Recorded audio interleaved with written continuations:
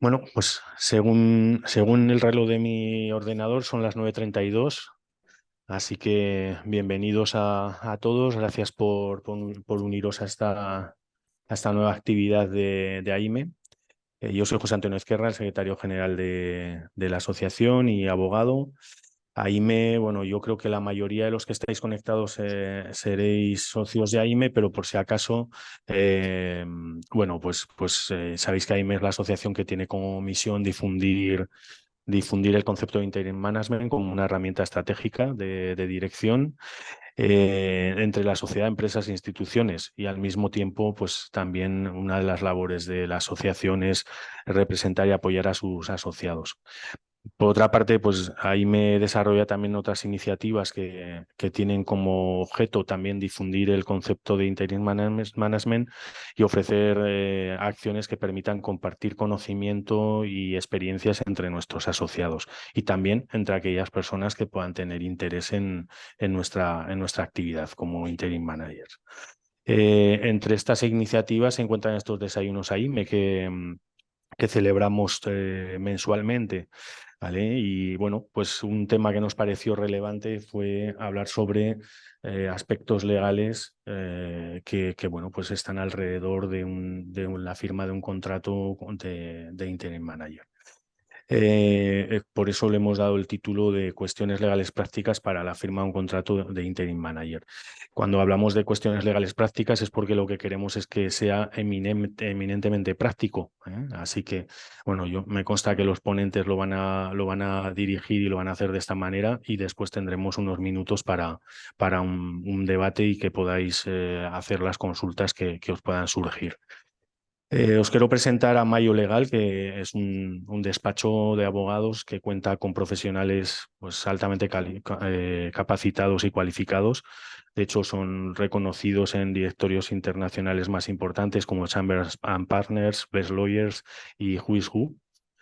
Y cuentan con oficinas en Madrid, Vigo, Sevilla, Zaragoza, Lisboa, Oporto, también en México, en Ciudad de México, Querétaro, y tienen un equipo formado por más de 90 profesionales. Así que creo que sus conocimientos pues, nos van a resultar muy, muy interesantes. Por otra parte, al ser AIME una asociación de ámbito nacional, que ellos cuenten con oficinas en prácticamente, pues bueno, pues donde pueden dar cobertura a todo el territorio nacional, es algo que también puede ser importante para nosotros a la hora de poder hacerles alguna consulta particular que podamos tener en nuestro ámbito de actividad. Sin más, os quiero presentar también a los ponentes. He pensado que os voy a presentar a los ponentes del tirón, a los tres. ¿Eh? La idea es que ellos van a disponer de unos minutos para comentar el tema específico asignado en función de su especialidad dentro del ámbito del derecho y después tendremos esos minutos para que podáis hacer cualquier consulta que os surja, como os decía, preguntas, dudas, aclaraciones respecto a los temas que ellos comenten. Empiezo por Elena Martín, que es abogada y responsable del área laboral en la oficina de Zaragoza. Está especializada en Derecho Laboral y en la Seguridad Social, prestando asesoramiento en estas materias a empresas y personas trabajadoras, interviniendo ante la Inspección de Trabajo y Seguridad Social y ejerciendo de la misma forma defensa letrada en procedimientos judiciales. Ella nos va a hablar lógicamente, pues de algunos aspectos laborales que tenemos que tener en cuenta, o mejor dicho, no laborales, ¿no? Eso es. Eh, Carlos García es socio responsable del área de fiscal y contable de la oficina de Zaragoza. Es especializado en derecho tributario y contable. Cuenta asimismo con sólidos conocimientos en materia de derecho societario y concursal y dispone de una amplia experiencia en el asesoramiento a empresas. Roberto Tambo es socio responsable de las áreas de mercantil y societario, procesal civil y cumplimiento normativo de la oficina de Zaragoza. Está especializado en derecho mercantil y societario y cuenta con una amplia experiencia en el asesoramiento jurídico a empresas. También como experto en materia societaria ejerce el cargo de secretario de diversos consejos de administración y la función de letrado asesor del órgano de administración de varias sociedades mercantiles. Al mismo tiempo, también presta asesoramiento en la gestión y resolución de conflictos societarios, asumiendo la defensa tanto de socios mayoritarios como minoritarios. Y aunque he terminado la presentación por Roberto, sí que vamos a empezar las exposiciones pues contigo, Roberto, si te parece bien. Y Fenomenal.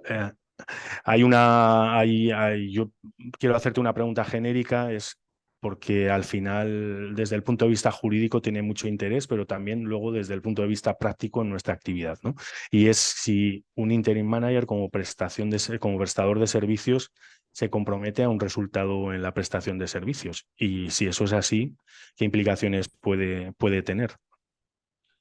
Buenos días, José Antonio. Lo primero de todo, muchísimas gracias a Interim por darnos la oportunidad de participar en vuestras charlas, que vuestro objeto social de la sociedad nos parece muy interesante y muy útil en el día a día.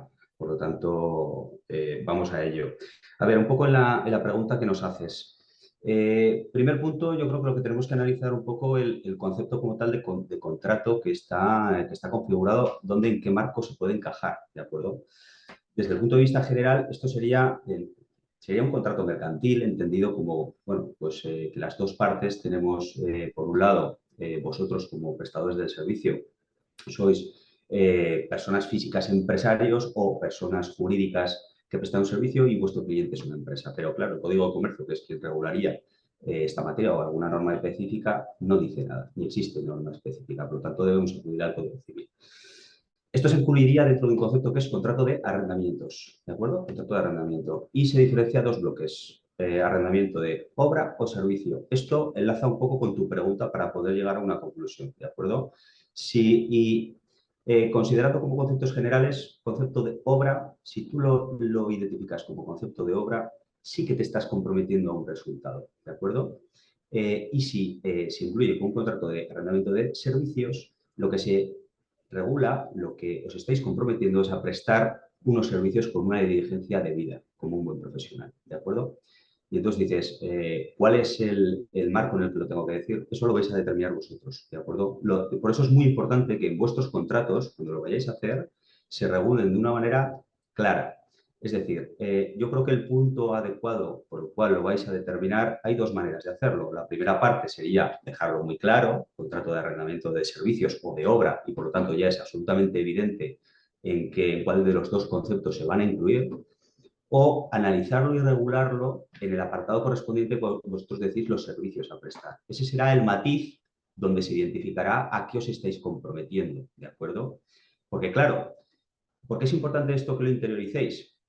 Si se entiende que os estáis comprometiendo a un resultado y por lo tanto es de obra, de alguna manera tendéis a tener lo que se llama una responsabilidad que viene a ser casi objetiva. Es decir, vuestro cliente, cuando vosotros prestéis el servicio, si no habéis alcanzado la tarea a la que os habéis comprometido de una manera muy clara y que ibais a conseguirla, ahora pondré un ejemplo, se considerará que ya ha acreditado el incumplimiento. Y vosotros tenéis la carga en un procedimiento judicial de acreditar que habéis prestado el servicio con la diligencia debida. Es decir, si vosotros ponéis en el clausulado, en el anexo 1, creo que es donde identificáis los objetos, los servicios que vais a prestar, y de que os comprometéis pongo como ejemplo, pues vais a desarrollar un proyecto en departamento comercial, ¿de acuerdo? Para abrir un nuevo mercado, por ejemplo, en África, ¿de acuerdo? Y se pone y se identifica que, con independencia de todas las actuaciones que vayáis a hacer, os comprometéis a que en el plazo de un año se hagan por lo menos 3 clientes. Eso sería un contrato de obra. Os estáis comprometiendo a que mínimo cuando finalice el año existan 3 clientes a favor del cliente, ¿de acuerdo? Si vosotros, de alguna manera, lo que se está determinando es no a un volumen de facturación determinado, no a un número de incorporación de clientes determinados, sino de una manera genérica a expandir el área comercial en una zona territorial determinada, se entendería que está dentro de una prestación de servicios y no se puede canalizar. Esto es importante porque, claro, lo que he comentado en cuanto a la responsabilidad, la obra recaerá en vosotros acreditar que lo habéis hecho bien, y en una prestación de servicios es es el cliente el que tiene que acreditar ese incumplimiento, ¿de acuerdo? Tiene que acreditar ese incumplimiento y también tiene que acreditar vuestro incumplimiento, ¿de acuerdo? Esos son un poco, bueno, un par de conceptos que me parecían interesantes dejarlo en aviso, sobre todo en esa redacción, porque Esto va a ser, evidentemente, podéis tener un modelo de contrato, pero va a ser caso por caso. Identificar muy bien cómo lo queréis regular, ¿de acuerdo? Si te parece, José Antonio, también me gustaría lanzar, ya que tengo unos minutos más, una idea que hemos estado un poco analizando es, eh, ¿podéis vosotros desde Interim, como prestadores de servicios, realizar trabajos como administradores de una compañía mercantil? ¿De acuerdo?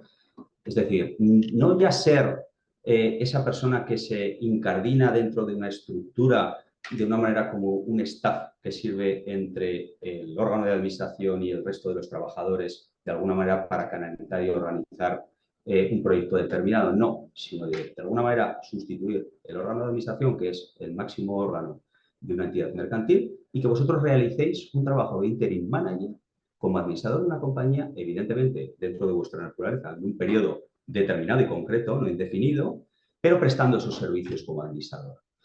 Nosotros entendemos que realizar esas funciones podría estar dentro de vuestro objeto profesional, porque ya os comentamos, nosotros hemos tenido incluso experiencias y las tenemos todos los días de empresas y clientes que necesitan ese servicio.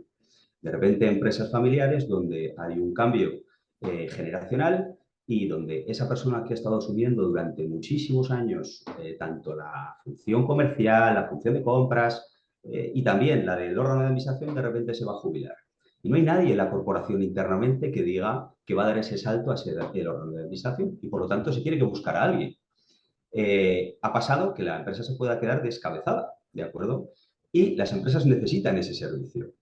Claro, si vosotros os incorporáis para dar un servicio como administradores de una compañía mercantil, ahí sí que tenéis que tener muchísimo cuidado porque ello no aplicamos directamente el Código Civil con vuestro contrato que tengáis pactado.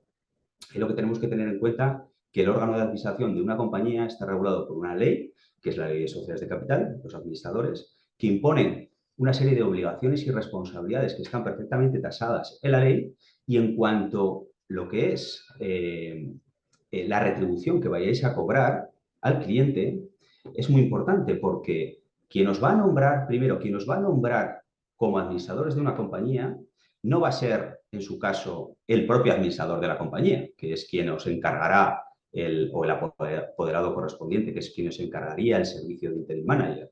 No, en este caso será la Junta General de Socios, ¿de acuerdo? Que nombraría como administrador.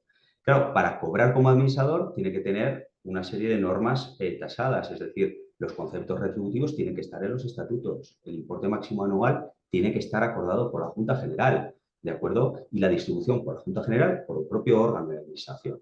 Tiene muchísimas más peculiaridades que daría para una charla de más de una hora únicamente con este extremo, pero nos parecía interesante lanzar esta idea y este concepto por si alguno de vosotros en vuestra vida profesional, alguno de vuestros clientes os ha lanzado esta idea. Y entonces la respuesta es, ¿podéis prestar el servicio? Sí, lo podéis hacer.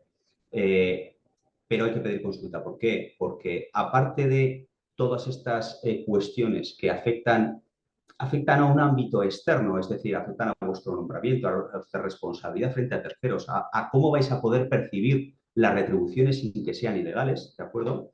También existen posibilidades de realizar pactos internos entre la compañía, es decir, entre la Junta General y entre el administrador, que regulen determinadas cuestiones, es decir, que limiten de alguna manera vuestra capacidad de actuar frente a terceros y otras peculiaridades, lo cual da para bastante juego, ¿de acuerdo? Entonces, por mi parte, creo que con esta intervención doy paso, si te parece, José Antonio, al resto de mis compañeros. Sí, gracias Roberto. La verdad es que has lanzado mensajes muy interesantes a tener en cuenta en en nuestra actividad diaria, que seguramente en algunos casos no nos hemos parado a pensarlos. Carlos, hay otra cuestión que también me parece muy interesante y es la que te vamos a pedir que nos des un poco pues tu opinión, ¿no? Es que nosotros como interim managers a veces operamos. Puede haber diferentes modelos. Operamos como persona física en el tráfico mercantil, como autónomos, y en otros casos operamos pues, a través de sociedades mercantiles. En algunos casos pueden ser a lo mejor sociedades mercantiles o sociedades limitadas unipersonales, en otros casos no, que ocurre que se unen varios profesionales y constituyen su sociedad limitada para prestar servicios de interim managers de diferentes tipologías, ¿no? En el ámbito financiero o en dirección general o en comercial, marketing, etcétera, ¿vale? Entonces, ¿es posible hacerlo esto? Entiendo que sí, porque de hecho así ocurre, ¿no? Pero eso tiene ciertas implicaciones y elementos a tener en cuenta. Entonces, Carlos, a ver qué nos puedes contar sobre esto, por favor. A ver, buenos días, lo primero de todo. Muchas gracias, José Antonio, y muchas gracias a la asociación por contar con nosotros. En cuanto a tu pregunta, por intentar ir un poco más al grano, ¿no? Porque tenemos poquito tiempo. Eh, bueno, a ver, es perfectamente legítimo la prestación de los servicios a través de una sociedad mercantil, con lo cual, pues bueno, en principio y como primer acercamiento, pues es algo que es perfectamente legal. Ahora bien, es cierto que hay que advertir de una cuestión y es que la agencia tributaria ha efectuado una persecución bastante intensa en relación con determinadas sociedades que carecían de sustancia o que, digamos, no aportaban nada respecto del propio socio que estaba detrás. Digamos que eran sociedades, vamos a llamarlas pantalla, y que de alguna forma no aportaban ningún medio más allá de los propios medios con los que contaba, en este caso medios intelectuales con los que podía contar el propio socio, ¿no? O sea, deberíamos de distinguir dos supuestos. Y podríamos tener una sociedad que tuviera incluso empleados o tuviese oficinas o incluso en la que hubiera diversos socios que de alguna forma hubieran constituido una sociedad para prestar estos servicios de interim management, en cuyo caso, en principio, eso no debería ser cuestionado. O sea, habría una sociedad perfectamente constituida, que sería una SL o una SLP, en función un poco de si había obligación de colegiación o no. Y en cuyo caso, pues bueno, ahí entraríamos, habría otras cuestiones que discutir, como podría ser la calificación de la renta que obtuvieran los socios, si tenían que facturar con IVA a la sociedad, o incluso la retribución que percibiesen los socios, que entraría un poco dentro de lo que es operaciones vinculadas. Pero el riesgo que yo me gustaría un poco advertir es en el caso de, pues, típica persona física que lo que hace únicamente es constituir una sociedad para canalizar a través de esa sociedad la facturación de sus servicios profesionales. Claro, en este caso, evidentemente buscando lógicamente un ahorro fiscal, porque lo que normalmente se busca cuando interpones una sociedad en estos casos es que al final la sociedad tributa a un tipo de gravamen de un 25% en el impuesto sobre sociedades, mientras que la persona física, si estamos hablando que tiene un nivel retributivo alto, pues podemos estar hablando de un tipo marginal en el IRPF, pues que ya se le puede ir a un 40 y algo por ciento, o incluso en algunas regiones a un 50%, ¿vale? En estos casos, claro, la tentación a constituir una sociedad de forma que la sociedad es la que factura mis servicios y esa facturación de los servicios remanso parte de esos beneficios en la propia sociedad de forma que tributo a un tipo más bajo y yo me pago un sueldo más modesto, claro, la tentación es fuerte en ese sentido. Bueno, pues precisamente este tipo de estructuras son las que la agencia tributaria, y además con pues con un fundamento evidente, son las que en un momento dado pues ha tratado de tumbar. O sea, ha considerado que cuando existían sociedades mercantiles que realmente no aportaban, no tenían una sustancia ni aportaban nada a esa prestación de servicios, sino que únicamente actuaban de mera pantalla, y hay casos muy sonados, hay casos, bueno, no sé si, creo que salió bastante en prensa, el caso de Gemma Nierga, por ejemplo, la periodista que en su momento tenía una sociedad a través de la cual canalizaba pues la prestación de sus servicios a ciertas emisoras, o el propio caso del ministro José Antonio, el ministro Duque, el astronauta. Bueno, hay casos por ahí bastante sonados que han sido un poco punta de lanza, pero que luego nosotros en la práctica habitual hemos visto que efectivamente la agencia tributaria ha perseguido y persigue este tipo de estructuras, y además las regularizaciones fiscales suelen ser bastante perniciosas, porque aquí en el momento que la agencia tributaria hace por decirlo de alguna forma, un levantamiento del velo en estos casos y y transparente. Dice, bueno, la sociedad realmente no aporta nada, con lo cual lo que hago es, considero que aquí no hay sociedad por medio y por tanto directamente todos los ingresos que ha percibido la sociedad se los imputo al socio persona física en su IRPF.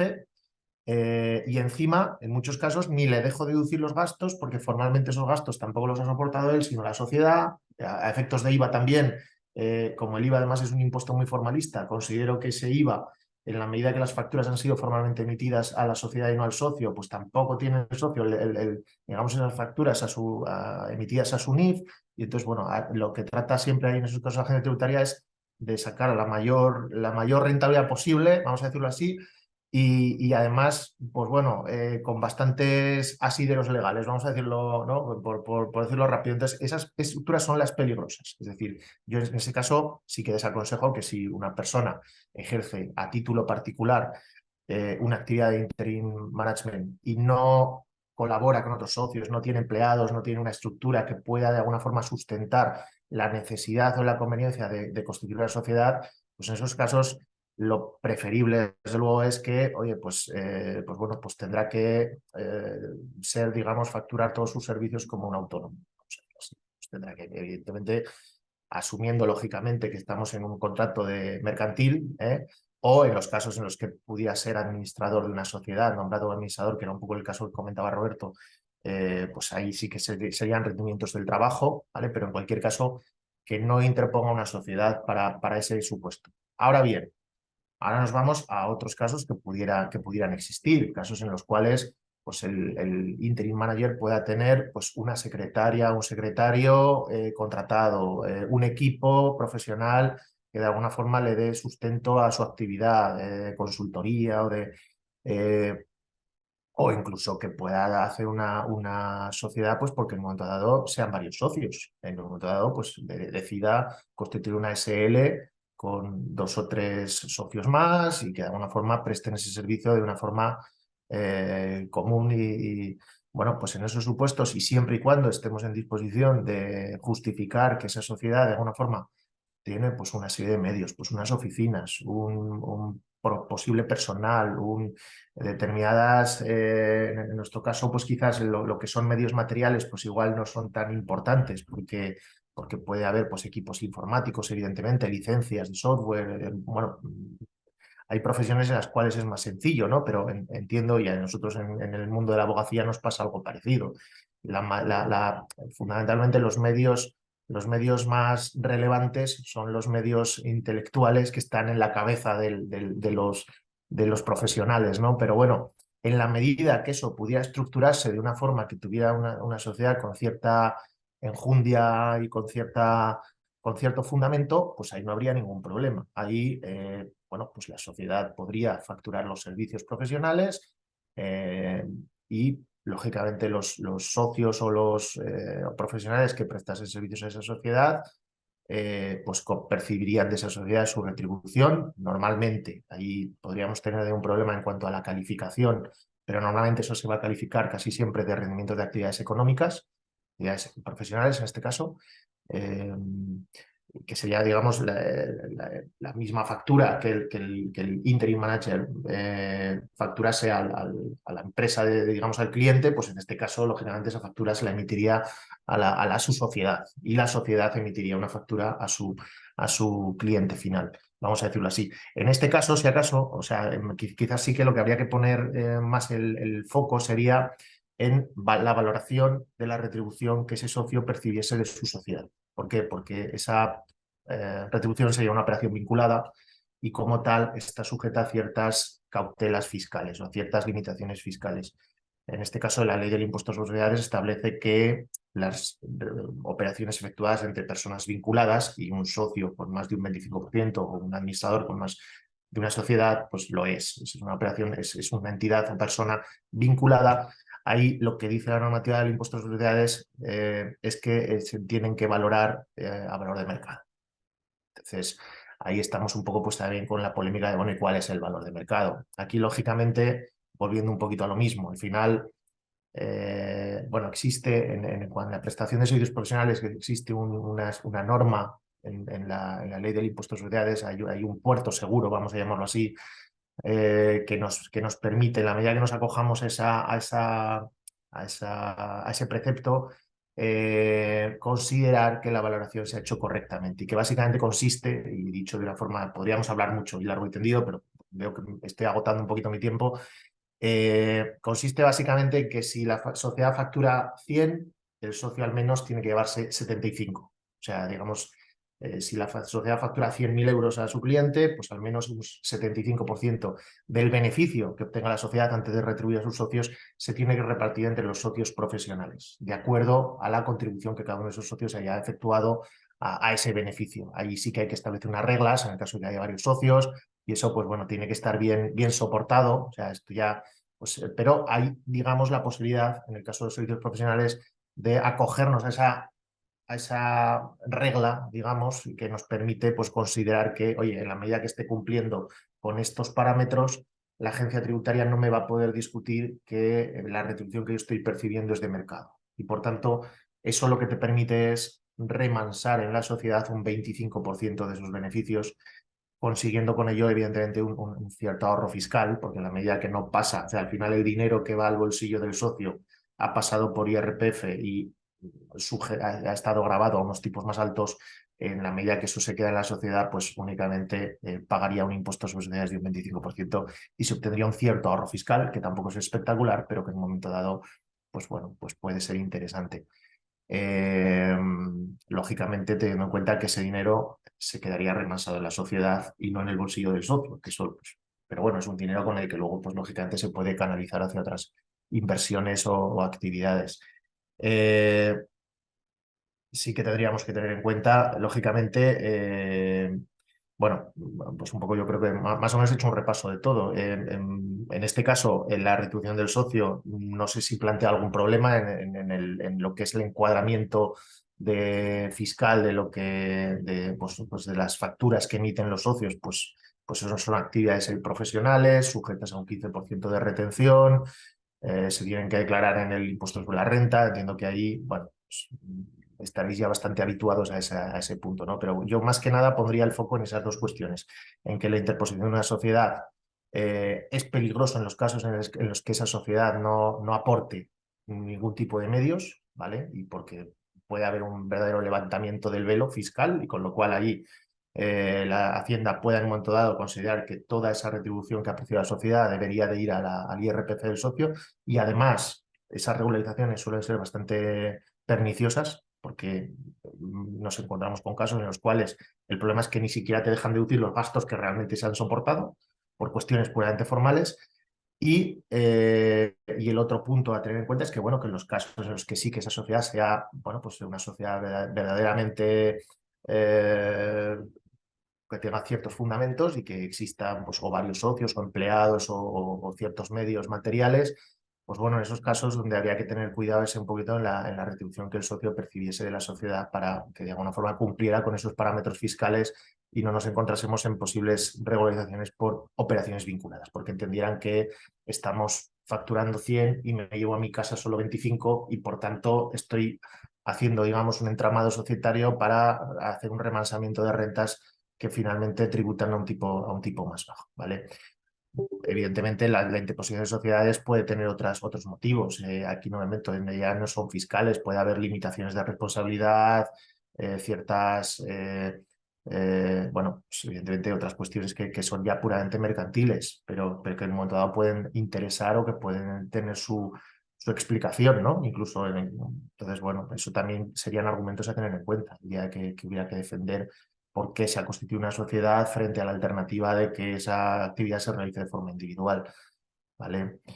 Y no sé si me dejo algo más, José Antonio, si quieres que incida en No, alguna Carlos, cuestión fiscal no, no, más, está muy por bien no porque pasarme.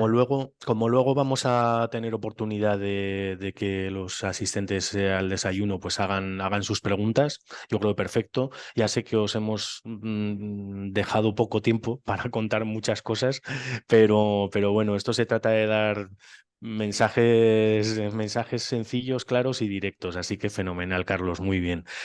O sea, gracias por tus aportaciones, pero creo que has puesto encima de la mesa dos cuestiones relevantes que a veces no nos paramos a pensar en las implicaciones que pueden tener, ¿vale? Así que magnífico, gracias. Y pasamos a otra, Elena, que además nos va a contar algo que a mí también me parece muy interesante, porque al final nosotros somos realmente trabajadores autónomos, ¿vale? Operamos en el tráfico mercantil y en teoría, pues la jurisdicción que nos corresponde en nuestras relaciones contractuales es la mercantil. Sin embargo, a lo mejor esto a veces no queda totalmente claro, ¿eh?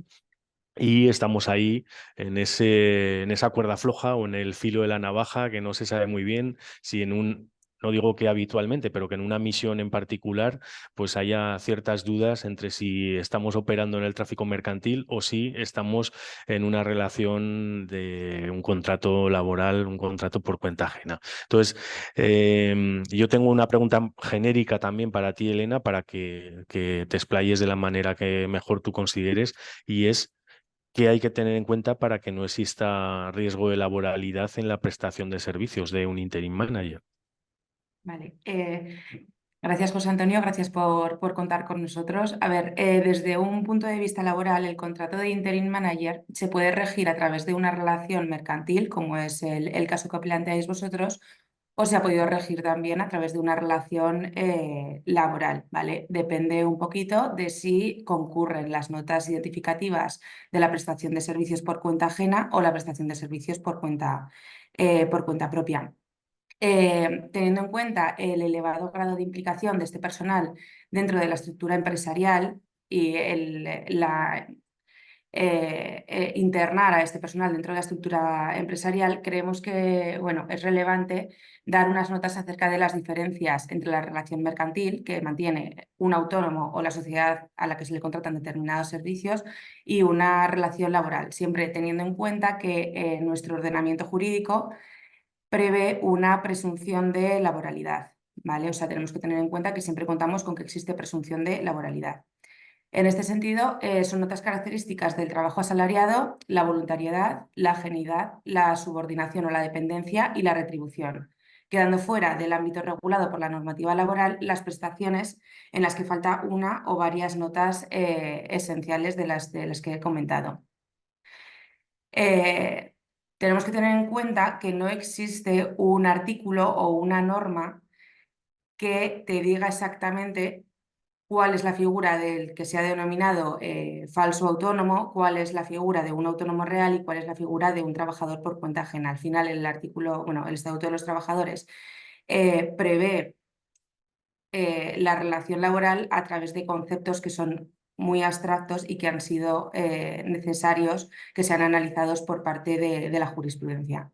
En este sentido, por parte de los tribunales, se cataloga una relación de laboral o de mercantil a través del análisis de una serie de indicios por los que se pone de manifiesto si un trabajo se realiza en una situación de subordinación o no. Este método no resulta infalible, pero actualmente es el método con el que contamos ahora mismo. Las principales notas de la relación laboral podemos tener en cuenta como la ajenidad, que puede apreciarse desde tres perspectivas: la ajenidad en el fruto o en el resultado del trabajo, es decir, que el aprovechamiento y las utilidades económicas generadas por el trabajo las asume la empresa o las asume el trabajador autónomo. Y en este sentido, existirá ajenidad cuando la propiedad del fruto se atribuye a otra persona, ya sea física o jurídica. La ajenidad en el riesgo, es decir, que el trabajador autónomo no participa económicamente en los beneficios o en las pérdidas derivadas de la explotación empresarial. Y percibe de forma íntegra o puede percibir de forma íntegra sus retribuciones o sus honorarios de forma independiente a la prestación del servicio, así se ha encontrado en situación de, pues, por ejemplo, de vacaciones, etcétera, ¿vale? Y la ajenidad en el mercado, que se da cuando el producto o el servicio no pasa del trabajador al mercado de forma directa, sino que lo hace a través de la empresa. Los indicios más claros, más evidentes relacionados con la ajenidad son la ausencia en la responsabilidad por impagos y, consecuentemente, la garantía en la percepción de la retribución, ¿vale? Y el carácter fijo o periódico de la retribución de la remuneración en el trabajo. En cuanto a la subordinación o dependencia del empresario, la entendemos que entender como el sometimiento del trabajador a los poderes empresariales, ¿vale? Y en este sentido, dado que estamos ante personal técnico altamente cualificado, etcétera, tenemos que relajar un poco el concepto de dependencia que podemos tener con carácter general todos en mente. Actualmente, para que exista dependencia por parte de los tribunales, no se exige una subordinación absoluta, sino únicamente que el trabajador se incluya en el ámbito de organización de la empresa o incluso la integración en el círculo rector y en el círculo disciplinario del empresario. El contenido y alcance de la subordinación es distinto en función del tipo de trabajo, como ya he expuesto. Por lo que en este caso ya no estaríamos hablando de una dependencia en cuanto a la forma de realizar el trabajo, los criterios a seguir o las directrices concretas, sino una dependencia derivada de que el trabajador se encuentre dentro del ámbito organizativo. Es decir, por ejemplo, si firmamos el contrato de trabajo con el interim manager y dentro del contrato se establece un horario determinado, la obligación de asistir al centro de trabajo o a las instalaciones de la empresa o a un lugar que decida la empresa en determinados días a la semana con cierta regularidad, etc. Cuando el desempeño del trabajo siempre tiene que ser personal, es decir, que el interim manager en un momento determinado en que se le realice el encargo no puede derivarlo en alguna circunstancia concreta a otra persona de su confianza, sino que tiene que ser el quien de forma personalísima, digamos, realiza las labores. Si la inserción del trabajador dentro de la empresa le impide programar su propia actividad. Es decir, tenemos que ver quién determina el lugar, los medios, el modo de trabajo, la imposibilidad de rechazar o la posibilidad de rechazar asuntos que se propongan, etc. Al final, un trabajador autónomo tiene total libertad para prestar servicios en los horarios siempre que cumpla con el encargo del cliente, evidentemente, en los horarios que considere, con una mayor flexibilidad en cuanto a plazos y no está sometido a un poder disciplinario. De la misma forma, se ha tenido en cuenta como un indicio de laboralidad la amplitud del tiempo efectivo ocupado. Es decir, la permanencia diaria, por ejemplo, si tenemos a un trabajador autónomo 8 horas diarias contratado como interim manager, prestando servicios en la empresa, percibiendo una retribución fija mensual, etcétera, es que vamos a tener unos riesgos elevados de que esta persona pueda llegar a considerarse que tiene una relación laboral y no una relación mercantil. En definitiva, si nos encontramos con un trabajador que se inserta en el círculo rector organizativo de la empresa, realiza las funciones dentro de las ubicaciones de la empresa, tiene una retribución fijada por la empresa en un importe tasado, etcétera, tenemos riesgo de esto. En cuanto a la retribución, es importante además tener en cuenta, porque nos hemos encontrado algún supuesto un poco peculiar, que no debería contener conceptos básicos de las relaciones laborales, es decir, no debería contener conceptos como el salario base, un plus de productividad, pagas extraordinarias, etc. Eso son todo notas de la relación laboral y no de una relación mercantil. ¿Cómo podemos, o sea, cómo un trabajador que tenemos contratado como interim manager puede pasar a ser un trabajador por cuenta ajena? Bien, pues bien por demanda del propio trabajador reclamando su derecho a ser trabajador por cuenta ajena que podrá interponer ante el orden de la social, o bien a través de una actuación inspectora. Las consecuencias de que un trabajador que esté contratado en un régimen a través de un contrato de arrendamiento de servicios pase a ser considerado como un trabajador por cuenta ajena son significativas para la empresa, teniendo en cuenta que te pueden hacer, bueno, aparte de tener la obligación de cotizar conforme a la retribución media del trabajador los últimos 4 años, correspondiente infracción y sanción por no dar de alta al trabajador en el régimen correspondiente de la Seguridad Social. Pasaría a ser un pasivo empresarial en el sentido de que en caso de despido pues ha generado una antigüedad, una indemnización, etcétera. Posibilidad de iniciar procedimientos de incapacidad temporal, etcétera. ¿Cómo podemos evitar que creo que es lo importante, lo más importante, que una relación mercantil pueda ser considerada como relación laboral. Pues precisamente a través de no, en el contrato tenéis indicada la no existencia de exclusividad, ¿vale? Sí que es cierto que un trabajador autónomo puede tener una relación por cuenta propia respecto de una empresa y respecto de otra empresa tener una relación por cuenta ajena porque sí que está sometida a esta subordinación. Pero bueno, en principio, si se tasa una no exclusividad en la prestación de los servicios, si se tasa no un horario determinado que no implica que se puedan fijar reuniones, que tengan que estar disponibles en el periodo en el que normalmente se atiende a las funciones que tenga encomendadas, etcétera. Si se le solicita o se le invita a que preste servicios en el lugar de trabajo, es decir, se le pone una mesa, un ordenador, etcétera, cuenta con conexión a internet, telefonía, organización de agenda, una persona incluso que actúe pues, de secretario, de secretaria, etcétera, por estos servicios, sí que sería conveniente que a la vez que el trabajador autónomo emite una factura a la sociedad, el interinal emite una factura a la sociedad por la prestación de sus servicios, la sociedad emita una contrafactura al interim manager en el que se recoja, ya es complejo, pero al final en el orden social esto sí que se tiene en cuenta, en el que se recoja pues, una parte proporcional por el arrendamiento de un despacho los días en la semana que corresponda, por la utilización de los medios de la empresa, etcétera.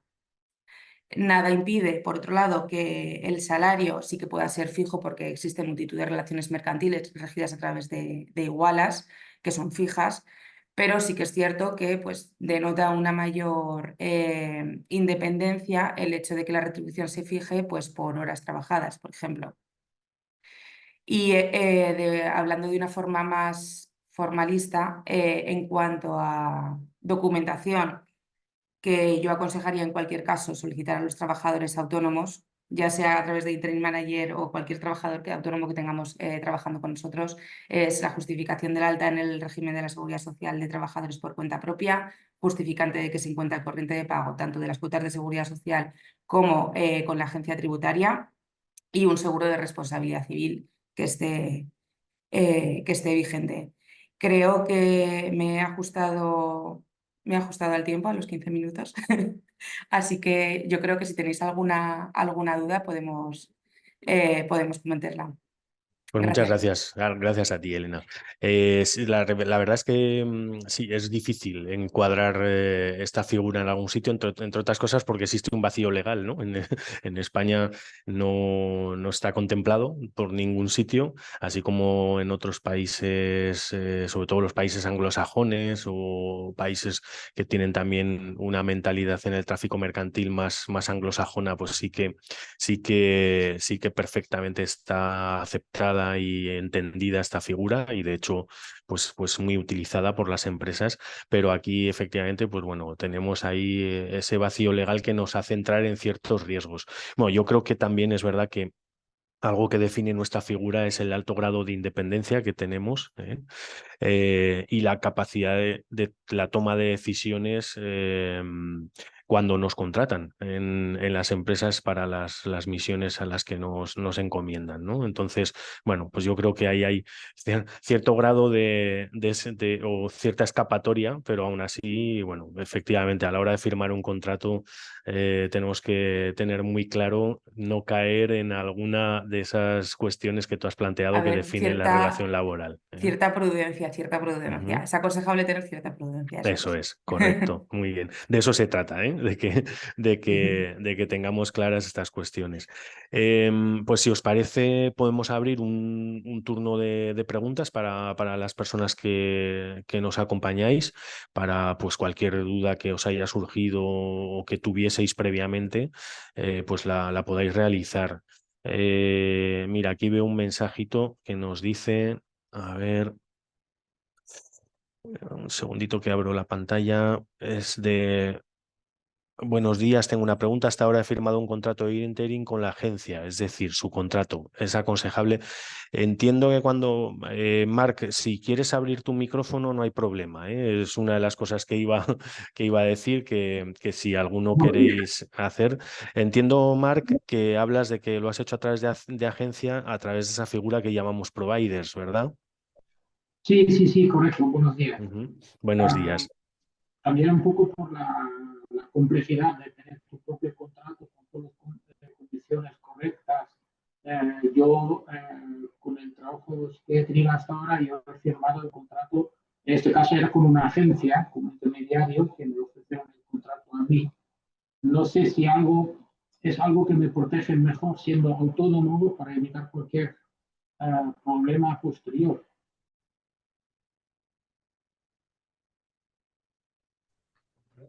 Claro. Supongo que es una pregunta un tanto genérica, tanto desde el punto de vista mercantil como desde el punto de vista laboral, ¿verdad? Así que Sí, sí, que a si ver, quieres, Roberto. un poco sencillamente por entender cuando estás refiriendo a agencia, es decir, tú eres una persona física, dado de alta como profesional dependiente para la prestación de estos servicios. Sí, no, sí, yo Vale, estoy y como autónomo. tú eres autónomo, vale. Y después, ¿a qué te refieres con la agencia? Un contrato de interim con la agencia. ¿Qué te refieres? Disculpa, Marc, Roberto, se trata, yo creo, Sí. en su momento estuvimos comentando que hay una figura que se llaman providers Ajá. de servicios de interim management, ¿vale? Sí, correcto. Y entonces a lo que se refiere Marc es que efectivamente las misiones las contratan o las encuentran o les buscan a esos providers y ellos buscan al interim manager que actúa pues con un contrato con ese provider. ¿No? O sea, realmente la contratación que hay mercantil que existe es entre tú y la empresa de agencia intermediaria y Co- después la agencia co- intermediaria contrata con el cliente final. Sí, Vale, bueno, no deja de ser una subcontrata en ese sentido, ¿de acuerdo? Es decir, a ver, el contrato, primero, el contrato que tendrá regulado esa empresa, el concepto que se quiera llamar, pues es el que se quiera llamar, pero va a ser de alguna manera la que preste el servicio. Es decir, el servicio lo va a prestar, quien se va a obligar contractualmente frente al cliente final va a ser la empresa que llamáis agencia, ¿vale? Que viene a ser una contrata, ¿de acuerdo? Y a su vez, en ese contrato tendrá libertad para poder, a su vez, subcontratar la prestación de esos servicios y en ese caso te los subcontrata a ti. Bueno, pues es otra modalidad. A ver, en ese caso entiendo que la agencia, como un poco al hilo de lo que comentaba, al hilo de lo que comentaba mi compañero Carlos y de lo que comenta mi compañera Elena. ¿De acuerdo? Es decir, entendemos que esa sociedad como de agencia, pues es una sociedad con una estructura, con sus medios propios, con sus propias equipos, con sus, no sé si me explico, una empresa real que se dedica con una estructura real y con medios reales a la prestación de esos servicios y después te los subcontrata a ti. Es un poco esa realidad. vale, sí. Es un poco eso, o sea, porque esta agencia a su vez pues te incorpora a ti en un proyecto determinado, pero a su vez tiene diversos más clientes que a su vez incorpora a otros miembros de la asociación o a otros terceros oh, en otros proyectos distintos. Por lo tanto, en su objeto social, en los estatutos sociales, aparece la prestación de servicios profesionales sí, correspondientes, sí, ¿no? Sí, Roberto, son empresas dedicadas específicamente a eso, a proveer de interim managers a clientes que tienen, entre otras cosas, Vale. algunas son bastante conocidas como Shyse o Adecco o incluso el presidente de nuestra asociación también es socio Muy bien, de una, de una de muy esas bien. empresas. Vale, bueno, pues a ver, en ese sentido, un poco todos los miedos y advertencias que estamos soltando, pues hombre, eso es una estructura donde de alguna manera ayuda a que tienes una estructura, una sociedad real, con unos medios y con un objeto social, que es desarrollar esa actividad y que a su vez cuenta subcontratando con otros profesionales, ya sean personas físicas, incluso otras empresas, pero normalmente sean personas físicas, para la realización de un servicio. Es decir, nos alejamos de esa figura que siempre es conflictiva, de que sea esa persona ella misma autónoma la que vaya a una empresa, y ahí me meto un poco la parcela de mi compañera del tema de la laboralidad, no laboralidad, hasta qué punto se lo puedes diferenciar, y un poco también de lo que comentaba Carlos, de esa empresa unipersonal que presta los servicios de una manera ficticia cuando tiene que ser una persona individual. En ese caso tú bueno, te contrata una empresa que además es independiente a ti, es decir, totalmente independiente a ti. Sí, Vale. puede ser más aconsejable.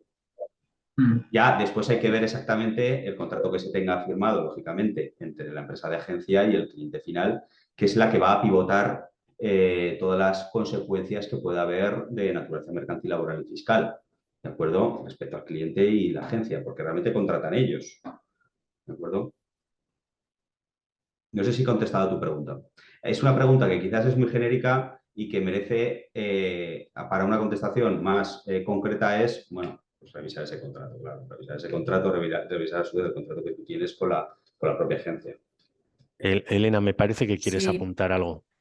A ver, yo creo respecto a al encuadramiento de esta persona como personal autónomo o persona por cuenta ajena, que esta persona ya es trabajadora por cuenta ajena contratada por la agencia, ¿no? ¿O no? ¿O no No, es no, así? no, no, no, no, no, Ah, no es trabajador por cuenta ajena, son profesionales liberales igualmente, autónomos, vale, que además no necesariamente tienen por qué trabajar siempre con ese mismo provider, pueden trabajar con ese provider o en otras ocasiones directamente contratar con clientes directamente ellos. O sea, vale. no se trata de personas con contratos laborales. Vale, a ver, pues en tanto en cuanto ya existe un intermediario que ha puesto en contacto esa relación, que el contrato se firma con la agencia, etcétera, eh, sí que puede existir una mayor comodidad en el sentido de no apreciarse, o sea, sí puede existir una mayor, claro que existe una mayor comodidad en el sentido de no apreciarse una relación por cuenta ajena. Si bien tenemos que tener en cuenta que tenemos que tener cuidadito con los indicios que ya he comentado, porque por mucho que formalmente esté todo estructurado de una forma correcta, al final, si en el día a día esa persona está sometida a las directrices de la empresa, sí que puede existir el riesgo de que se considere al final una relación laboral. Quiero decir, al principio se puede firmar un contrato mercantil perfectamente válido y que con el devenir del tiempo ese contrato mercantil pase a diluirse y al final a convertirse en un contrato laboral que si no es reconocido por parte de los tribunales no será tal, pero que puede existir el riesgo. O sea que al final en cuanto a riesgo de laboralidad o no laboralidad, tenemos que tener muy en cuenta el trato diario dentro de la empresa, al margen de las formalidades, por decirlo de Sin algún modo. duda es un poco más de lo mismo, ¿no? Es decir, que al final habrá que ir al caso concreto y Eso es, sobre todo también tener esa prudencia de no caer en cualquier circunstancia que pueda determinar que existe una relación de contrato laboral por cuenta ajena. Manuel Herrero tiene también una pregunta, veo por aquí. Manuel, por favor. Hola, hola, ¿qué hay a todos? Mira, es una pregunta un poco que me la podéis contestar tanto Elena como Carlos. Yo soy el presidente del Foro Sur de Interim y bueno, la pregunta es, vamos a hacer como el estudio del caso, ¿no?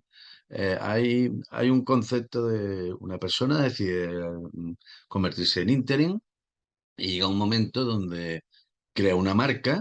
Al crear una marca piensa que se puede posicionar mejor si la marca está regida o monta una sociedad mercantil unipersonal. ¿M? Y, hombre, en España el ínterin todavía, generalmente hay muchas misiones que son los 5 días a la semana, pero hay muchos profesionales, como puede ser mi caso, donde la figura del ínterin lo haces una vez al día en diferentes empresas. ¿M? Yo actualmente tengo 3 misiones y voy un día a la semana a cada una de ellas. Entonces la pregunta la hago en dos sentidos. La primera para Carlos es el hecho de que yo sea autónomo o tenga una sociedad ¿m? con miras a que mi empresa vaya a más, porque yo tengo oficina, yo en mi oficina tengo varios ordenadores, ¿eh? Que seamos 2 personas autónomas, ¿no? Que estemos. Y después el caso de Elena. ¿Dónde está la raya? ¿Dónde está el nivel en el concepto de autoridad que yo tengo esos días en esas empresas con el concepto de que mi facturación está dividida y no corresponde en un 75% a un solo cliente, sino que yo trabajo para muchos clientes. ¿Se considera eso un servicio de consultoría y no de interim? La diferencia está en que yo no soy consultor, yo soy interim porque tomo decisiones. Y yo cuando voy monto comités de empresa y me reúno con cada uno de los directores de cada una de las áreas y estoy trabajando con ellos.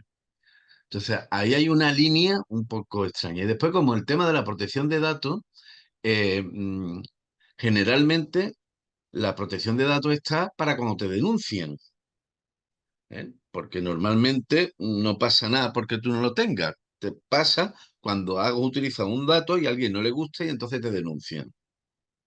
En el caso de que haya algún problema, eh, mm, ¿es porque alguien te denuncia o en el caso de la inspección? O sea, es que van a llegar y van a decir, oiga, ¿usted qué es o qué deja de ser? Os lo digo porque esa es la realidad de muchos de los interim, al menos de Andalucía. Nosotros no trabajamos en unas misiones concretas, ¿no? Sino que tenemos repartido lo que es el servicio de interim, porque estamos introduciendo el concepto en España, es muy diferente, y todavía no hay el cliente dice, si te voy a contratar tanto tiempo, pues yo, por lo menos aquí en Andalucía, pues te hago un contrato laboral. No necesito, si vas a estar los 5 días de la semana, opto por el contrato, ¿no? Entonces, más que nada es estas líneas rojas que hay y demás en cuanto a la legalidad de la sociedad y en cuanto a la legalidad del concepto de autónomo como tal, porque al final yo tengo autoridad, pero no voy todos los días. ¿Mm? No sé si ha quedado claras las dos preguntas. Vale. Muchas gracias. Buenos días, Manuel. No, sí, yo creo que sí, que más o menos Elena, empiezo yo, que lo mío yo creo que es más corto. Entiendo, Manuel, que lo que te preocupaba era saber si tu estructura pasaría un poco el filtro para considerarse que, bueno, de alguna forma la sociedad tiene una sustancia suficiente como para considerarse legítima, vamos a decirlo así. Tú comentabas, bueno, que evidentemente la sociedad tiene unas oficinas, ¿no? Sé que se ha creado también una marca, entiendo que igual probablemente hay una página web, hay un software, un dominio, hay una serie de cuestiones registradas a nombre de la sociedad y comentabas que tenías algún colaborador o trabajador o... Colaborador, somos socios, vamos, O sea, sois dos colaboradores socios. en mi pareja, de que cada uno está de alta, hacemos actividades, todos relacionados con lo mismo, pero ella lleva una línea de negocio y lleva otra línea de Vale, entonces negocio. sois dos socios, digamos. Es una sociedad con Sí, dos sí, y socios. la sociedad tiene dos socios, dos accionistas. Y lo que hacéis es facturar a través de la sociedad, pues o sea, tenéis unas oficinas en las Bueno, que evidentemente utilizáis esos dos socios, os ujú. dedicáis, entiendo que tu socia, tu pareja, también se dedica al interim management entonces, o es... No, se dedica a servicios de consultoría, de marketing, y yo hago servicio de Vale. consultoría de Pero de marketing alguna forma y hago interim. hay una Sí, sinergia clara, es sí decir, hay ¿no? sinergias, Entiendo sí. que tendréis clientes comunes o habrá Sí, sí, determinados sí, clientes a los sí. que se preste servicio por parte de los dos a la par, ¿no? O sea, no son actividades completamente desligadas, sino que de alguna forma se potencian mutuamente. Sí, Hombre, sí. a ver, aquí yo creo que, hombre, tenemos argumentos como para poder defender que la sociedad, pues no estamos hablando de una sociedad unipersonal en la que no haya nada. Hombre, para empezar, hay dos socios, con lo cual, en un momento dado, que existan dos personas que de alguna forma quieran ejercer en común esa actividad, ya das perfecta cobertura a que en un momento dado digas, pues bueno, ya puedo perfectamente constituir una sociedad, que es algo perfectamente legítimo y que yo decido estructurar mi negocio. O sea, aquí entramos un poco también en la libertad de empresa y en la capacidad o en la libertad de autonomía o la autonomía, digamos, individual para de alguna forma estructurar tu actividad como mejor te venga. Es verdad que luego nos encontramos con Hacienda y siempre ellos, pues con su visión parcial de las cosas, pues tratan evidentemente de centrarse únicamente en la parcela fiscal. Pero yo en el caso que tú comentas,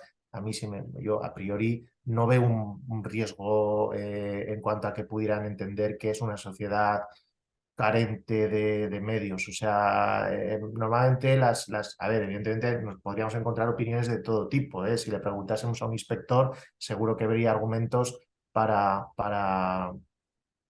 intentar, pues evidentemente, decir que todo es un montaje y una burda treta, ¿no?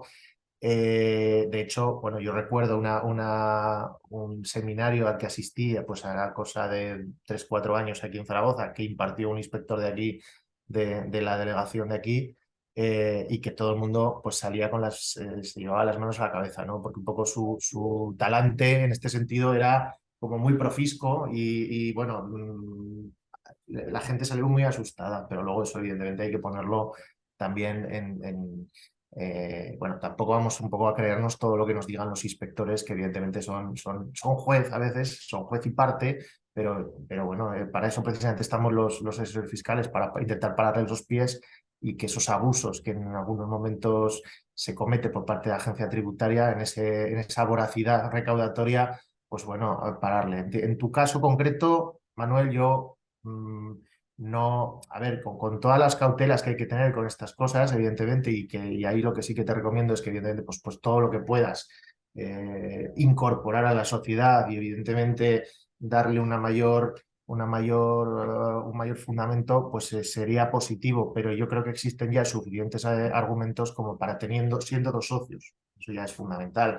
Que encima ejercéis una actividad, vamos a decir, paralela y que en un momento dado puede tener sinergias, que tenéis clientes comunes, que además existen varios clientes, con lo cual ahora Elena comentará lo que ella considere, pero bueno, entiendo que al final esto es lo mismo que si 2 abogados hacen una sociedad y tienen pues distintos clientes, ¿no? Y en ese sentido vuestro negocio es muy parecido a cualquier consultora o despacho de servicios profesionales, con unas peculiaridades, pero que de alguna manera eh, bueno, pues es parecido y tenéis unos medios físicos, vamos a decir, unos ordenadores, unas oficinas. Eso también supone, pues evidentemente, que la sociedad haya contraído una serie de obligaciones y derechos propios que no están en el socio, sino en la sociedad, que además esa sociedad es de los dos. O sea, ahí hay una serie de cuestiones y de obligaciones y de derivadas jurídicas que hace que tú no pudieras, o sea, esa misma actividad que tú ahora mismo realizas,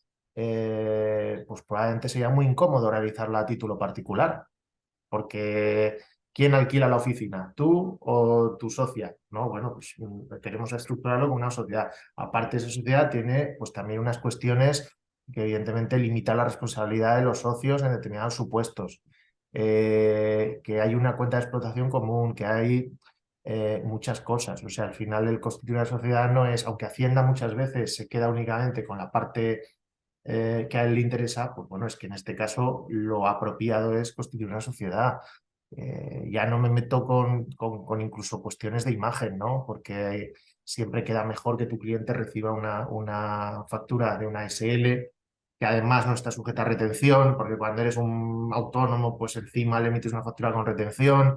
Y eso es también incómodo y farragoso para la propia pagadora, porque y luego, pues bueno, también yo en tu caso insisto, con todas las de que riesgo cero no existe nunca, pero no veo que sea una estructura inadecuada. Al contrario, yo creo que, de hecho, yo creo que en un caso así, que sois 2 socios, pues lo apropiado probablemente es hacer una sociedad mercantil. Sí que tenéis que tener cuidado, lógicamente, en lo que cobráis, en que no haya un remansamiento brutal de rentas, y allí está un poco la regla esta del puerto seguro que yo comentaba antes, a la que podíais acogeros, pero bueno, me parece bien. Incluso desde un punto de vista de laboralidad, yo entiendo que también, ahora Elena comentará lo que entienda oportuno, pero que la existencia de una sociedad mercantil también, de alguna forma, aporta un escalafón más, ¿no? En Eso esa, es. ¿no? Sí, Porque sí, no eres tú sí. ya el que le factura, sino que la relación cliente-proveedor de servicios está hecha con una sociedad mercantil y, bueno, pues evidentemente eso no es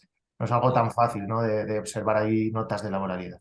Exacto, porque además es una Pero, sociedad pero mercantil que tiene su propia estructura. Sí, perdón. Elena, el caso tuyo prefiero que me lo hagas sin sociedad. porque hay mucha gente de Andalucía que son autónomos, ¿vale? Vale. Vamos a, ¿vale? Porque A ver, ya... lo que me has comentado, si no me equivoco, es la duda que existe entre ejercer una posición de cierta autoridad dentro de una empresa que es tu cliente, la posibilidad de prestar servicios en varias empresas, de forma, es decir, no tener una exclusividad con esa empresa y los riesgos que puede derivar esto en que la relación pueda ser considerada laboral, ¿no? Vale, Es a que ver, eso es una realidad, perdón, es una realidad en muchísimos interim en España. ¿Eh? mm, Es un perfil muy específico, que se cumple y que hay mucha gente así. ¿Eh?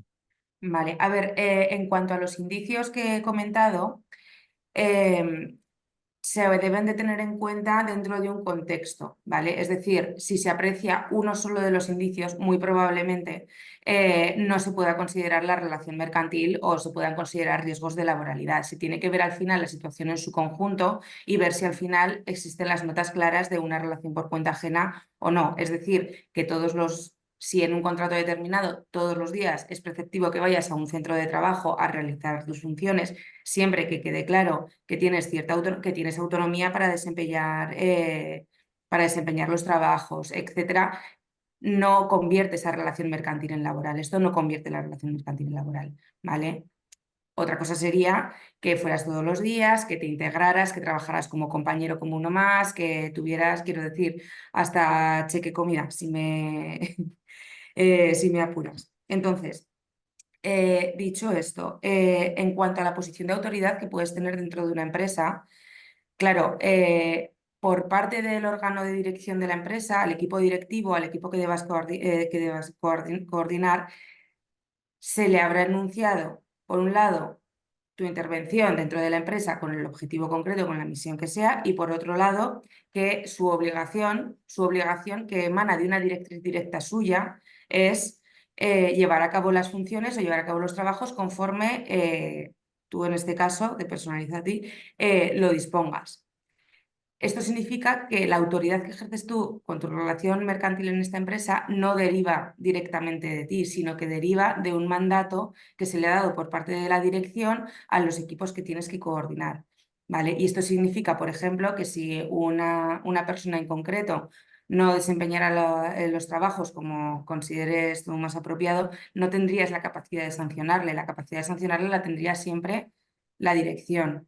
¿Vale? Como mucho, pues tendrías la posibilidad de decirle a la dirección, mira, pues con esta persona ha tenido esta serie de problemas porque además no rinde en este sentido o creo que se queda escasa en este otro sentido, y será la dirección la que tenga la capacidad de tomar la decisión y la capacidad de sancionar o no sancionar a esta persona, ¿vale? Es decir, que esto, salvo que dentro del entramado empresarial se tenga en cuenta como un trabajador más, como un compañero más o como un superior más, y concurran otros de los indicios que he comentado, por esto no existiría un grave riesgo de que se considere una relación laboral, más teniendo en cuenta que el interim precisamente tiene dentro de su naturaleza pues el dar directrices a la gente con la que va a trabajar. Es que es el objeto del contrato mercantil, ¿vale?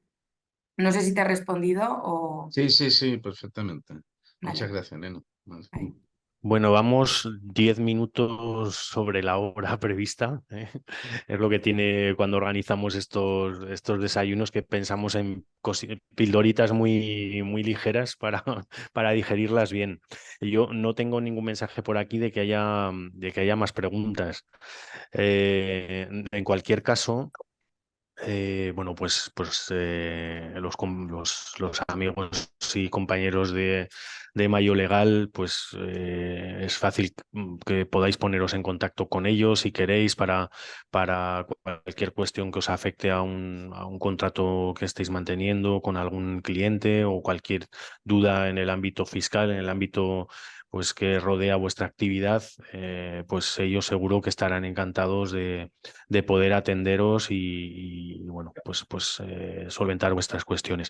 Yo sí que quería, pues efectivamente, agradecer a Mayo Legal tanto a Elena como a Carlos como a Roberto, que nos hayáis dedicado este ratito, que incluso pues bueno, pues hayáis dedicado tiempo a preparar un poco todas estas cuestiones que rodean nuestra actividad, y agradeceros también pues bueno, que yo creo que esos mensajes muy claros y muy directos que nos habéis dado, seguro que a más de uno nos han hecho pensar un poco en cómo tenemos que reorganizar algunas de nuestras cuestiones. También pues agradeceros a todos los que habéis participado. Espero que os haya resultado interesante y que haya sido provechoso para todos vosotros. También pues agradecer a Juan Antonio, a nuestro responsable de Secretaría Técnica, pues toda la organización y el seguimiento para llevar a buen puerto estos desayunos. Y bueno, pues sin más, espero que en enero podamos pensar en alguna otra actividad de interés para todos nuestros asociados, y que volvamos a vernos muy pronto. Gracias a todos. Vale. Muchas gracias, hasta luego. Muchísimas gracias a todos. Gracias. Y felices fiestas. Igualmente. Cierto, y felices Igualmente. fiestas. Gracias, Pío. Aprovechando. No sé si quieres decir algunas palabras. No, Pío es nuestro ya estabas presidente. ya estabas tú. Hoy te tocaba a ti.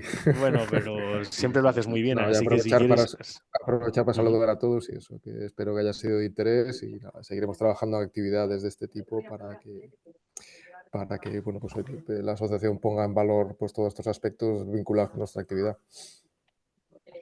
Muy bien, pues Vale, así muchas que gracias, Pío. a seguir dándole. Felices fiestas a todos. Y lo dicho, felices Felices fiestas. Un abrazo. Fijaros. Igualmente, Un abrazo. Pablo. Adiós. Hasta luego. Hasta luego.